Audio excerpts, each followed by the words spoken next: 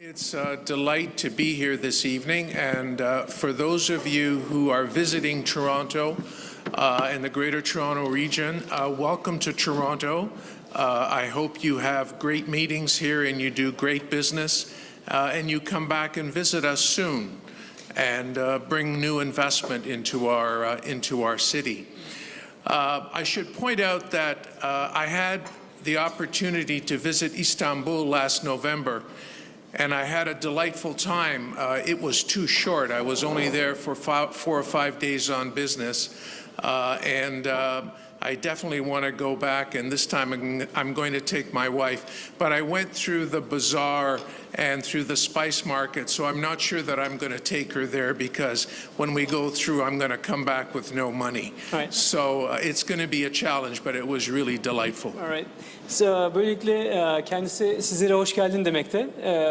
Umut ediyor ki Ontario'ya uzun süreli kalmak üzere gidersiniz. Buralarda yatırımlar yaparsınız ve mutlu bir şekilde hayatınızı devam ettirirsiniz. Kendisi de daha önce İstanbul'a gittiğinden bahsediyor.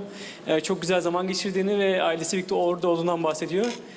Tekrar gitmek istediğinden de kendisi az önce bahsetti. Ama şu anda gidersem diyor çok pahalı gelebilir ve parasız dönebilirim dedi en son. I apologize to my translator. I'm going to be in short spurts now for him. That's good. How do we move that forward? What I'd like to do this evening is give you a bit of an overview of the Greater Toronto Area, give you some idea of the kind of services that our organization offers, and give you some sort of insights into sort of business opportunities that are available in the Toronto region. Şu anda üzerinden geçeceğimiz sunum Ontario bölgesinden bahsedecek. Özellikle Toronto, Büyük Toronto bölgesinden bahsediyor olacak. Bu Toronto bölgesi size nasıl yardımcı olabilir, avantajları nelerdir ve buradaki en önemli endüstrilerden bahsediyor olacağız.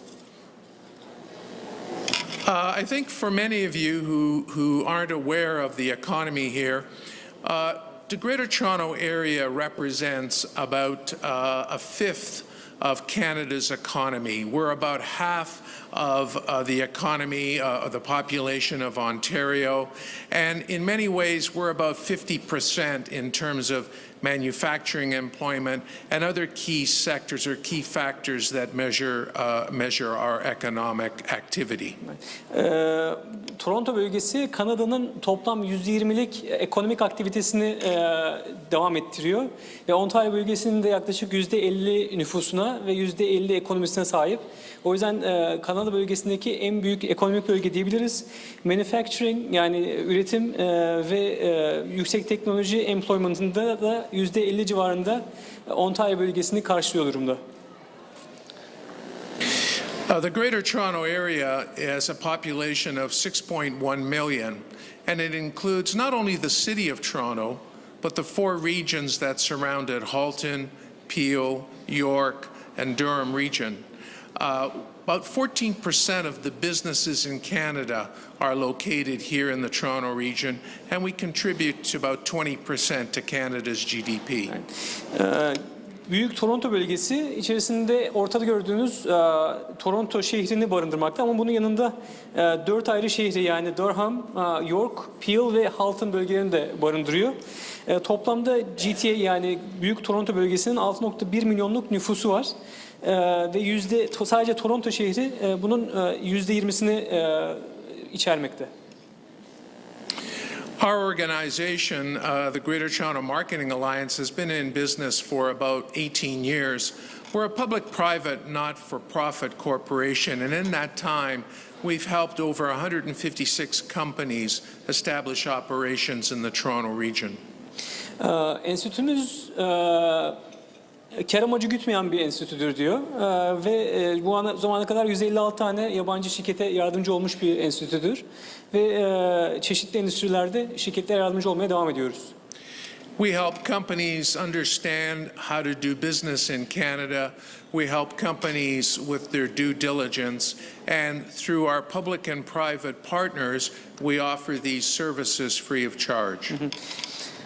Ontario bölgesinde yeni gelecek olan şirketlere burada nasıl iş yapılacağına dair yardımcı olmaya çalışıyoruz. Bu konuda özel ve devlet kaynaklı ortaklarımız bulunmakta ve bize birlikte çalıştığımız bu şirketlere daha iyi operasyonlar için yardımcı olmaya çalışıyoruz. This just gives you a bit of another idea of our activity over the years. We've done work and helped companies from all over the globe to set up operations here in the GTA. Bu resimde gördüğünüz şirketler de şu ana kadar yardımcı olduğumuz bütün firmaların listesidir. İşte gördüğünüz üzere Amerika'dan Avrupa'ya kadar, Asya'ya kadar birçok şirkete Ontario bölgesine yerleşmeleri açısından yardımcı olmuş bulunuyoruz. I think it's interesting to note that there are a number of ties between Turkey and the Greater Toronto Area and Canada. And a lot of these ties are being developed and are being moved forward. And the intent is to develop better relations, enhance our relations with Turkey.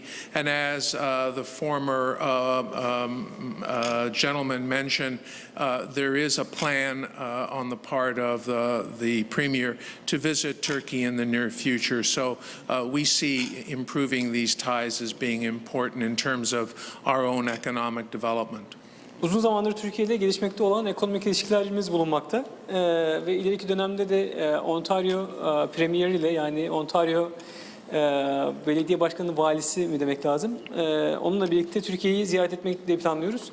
Türkiye ile olan ilişkileri Kanada'nın artmakta ve artmasını da umut ediyoruz. İşte şu anda verdiği şekilde de sunumda 43 bin kişi Türkiye ile Kanada'da yaşıyor. GTA bölgesinde 14 bin kişi, 7 bin kişi de 7500 kişi de yaklaşık olarak Türkiye kökenli Toronto bölgesinde yaşamakta. As I mentioned, in November, we had the privilege of visiting Istanbul and Turkey, and it was very much a whirlwind tour, but it certainly opened up a lot of opportunities for us in terms of new investment coming into the Toronto region. Daha önce bahsettiğim üzere daha önce İstanbul'u ziyaret etmiştik. Özellikle İSO'yu ziyaret etme imkanımız bulmuştu. Bu süre içerisinde de önemli resmi ilişkiler içerisine girmiştik Türkiye'deki yetkililerle.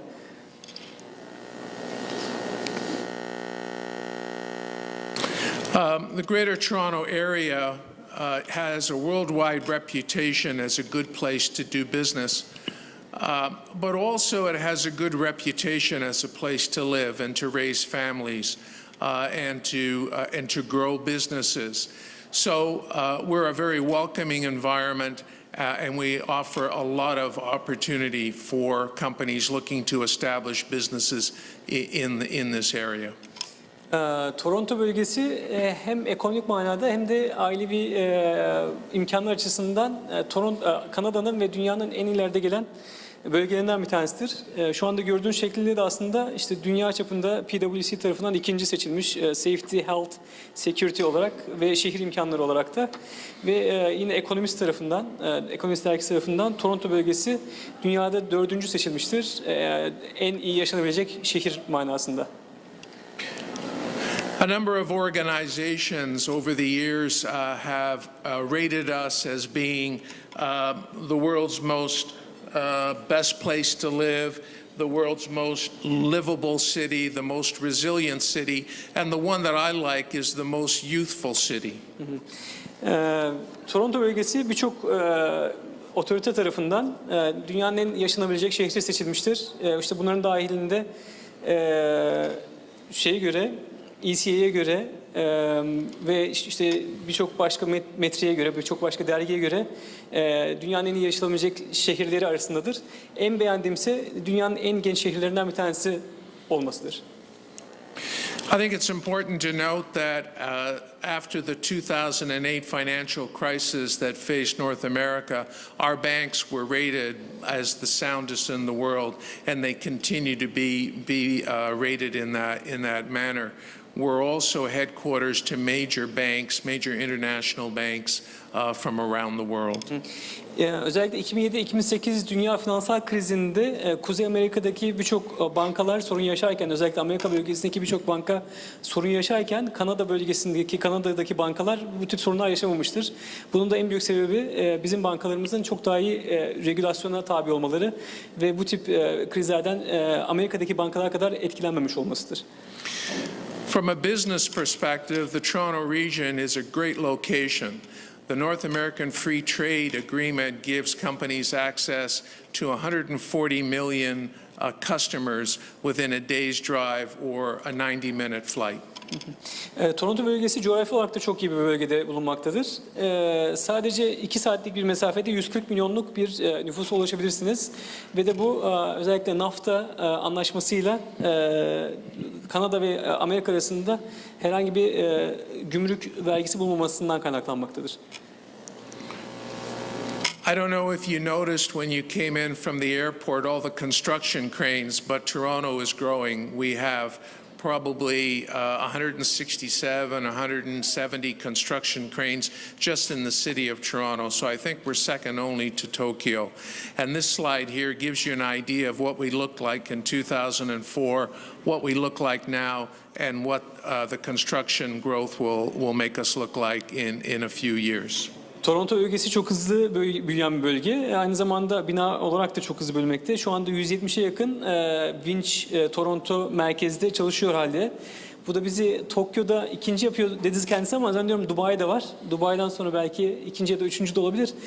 Çok yakın bir dönemde en sonunda gördüğünüz şehirde en altta gördüğünüz şehirde 2023 tarihinde Toronto'nun gelmiş olacağı şekildir. The government in Ontario and in Toronto are making significant investments in infrastructure. So it's public transit, it's schools, it's hospitals, in addition to office buildings and residential apartments and units. I don't have that. Okay. Right. Ben bunu kaçırdım açıkçası. Sonra daha detaylı bir şekilde ben anlatıyor olurum diye umut ediyorum. Do you want me to do it again? That would be great actually. Yeah, okay. Just I wanted to point out that the government, both at the provincial level and also at the local level, is making significant investments in infrastructure, roads, public transit, and community and hospitals. Özellikle Ontario bölgesi ve Kanada devleti ciddi bir şekilde altyapı yatırımları da yapmaya devam etmektedir. Ve bu konuda da gerçekten avantajlı bir bölgemiz var, avantajlı bir şehrimiz var. Diğer Kanada şehirleriyle karşılaştırdığınız zaman. So this has been attracting a lot of interest from construction companies and financing companies from around the world. Dünya çapında ve Kuzey Amerika çapında birçok finansman sağlayan şirket tarafından Toronto bölgesi ilgi çekmektedir ve finansman çekmektedir. Just before the presentation, I was speaking to a gentleman about research and development, and I think one of the things that's really interesting from Ontario's perspective in the Toronto region is the support that we provide for our R&D that takes place in Ontario. Özellikle araştırma ve geliştirme konusunda Toronto çok ilgi çekici bir bölge. Hem medikal tıbbi araştırmalarda hem de yüksek teknoloji araştırmalarında birçok kaynak sağlayan, finansal destek sağlayan bir bölgedir. And I think this support provides an indication of what the government thinks is really important in terms of developing not only our skill sets here and leveraging the universities and leveraging the investments that government have made in the R&D facilities that exist here in the Toronto region. Bu aynı zamanda Ontario Devleti'nin en çok önem verdiği konulardan bir tanesi. Hem üniversiteler açısından, üniversitelerin gelişmesi açısından hem de Toronto'daki yatırım imkanlarının gelişmesi açısından araştırma ve geliştirme Toronto açısından çok önemli bir endüstridir. And it's interesting to note that the R&D is not in just one area, but it's broad-based. R&D'yi tek başına I'm so sorry. That the R&D is not in just one sector, but it's broad-based. It's in telecommunications, life sciences, food and beverage, advanced manufacturing. R&D tek başına bir endüstri aslında değil, birçok başka endüstriye de destek olmakta. Bunların yanında telekom, işte tıp endüstrisi ve bunun dışında da you said telekom, life sciences, sağlık hizmetleri energy, de bunun içerisinde dahilinde ve mühendislik de bunun içerisinde. Yeah.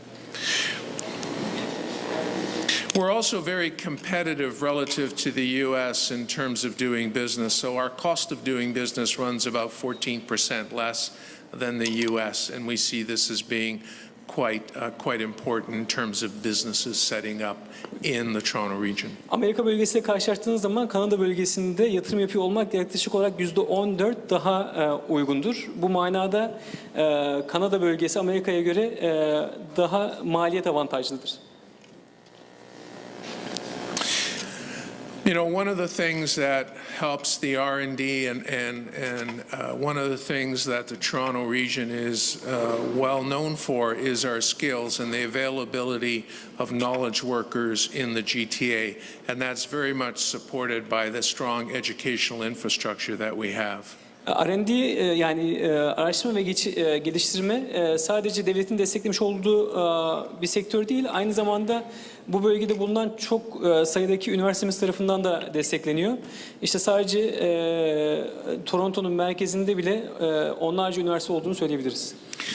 And I think what's also important is the colleges and universities are looking for partnerships with private sector to move forward on new ideas. Aynı zamanda özel ve devlet enstitüleri de üniversitelerden insan kaynakları olarak çok fazla yararlanmaktadır.